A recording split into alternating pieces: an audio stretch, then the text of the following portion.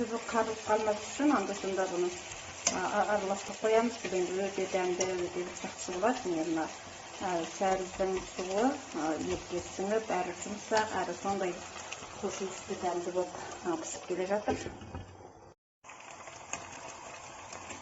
Мінекей 20 минут болды. Пиязымыз бәрден қуырылып, сіңіп болды. Енді бұны отын өшіріп, қақпағын ашып, бұны суытып қойып-қоямыз.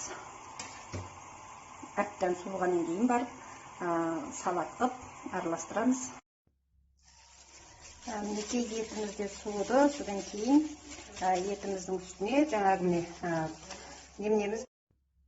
Мінекей етіміз де суыды. Енді қалған барыстарына өтеміз. Ол үшін уысарымсақ және қызыл азын турап аламыз. Жіңішке қылып, одан кейін жаңағы немемізде де қиярымызда тұз сіңіп дайын болып тұр. Аз суы шығады, қиярдан жасымыз.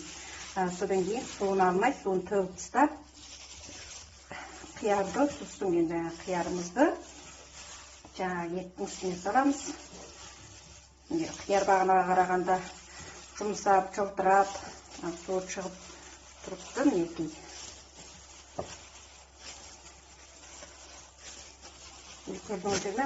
Мынандай мөлшерде қиярдың суы шығып қалды. Енді бұның үстіне жаңағы лазымен уысарымсағымызды саламыз.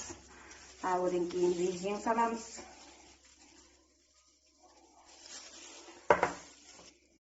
Одан кейін аз мөлшерде кезең. Одан кейін тұзды енді азырақ саламыз, өте аз қимасақ. Алдында қиярға да тұз салғанбыз. Одан кейін етте де тұз бар деген сөз. Содарды бір араластырып алып, одан кейін шың судан бір қалақ мөлшерінде қайтып, ащы судан бір қалақ құйып, бұны әбден араластырсақ болды.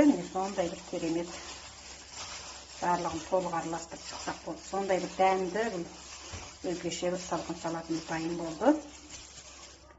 Көргенде мені күлімсіреп, жаным дегені, жадымда мені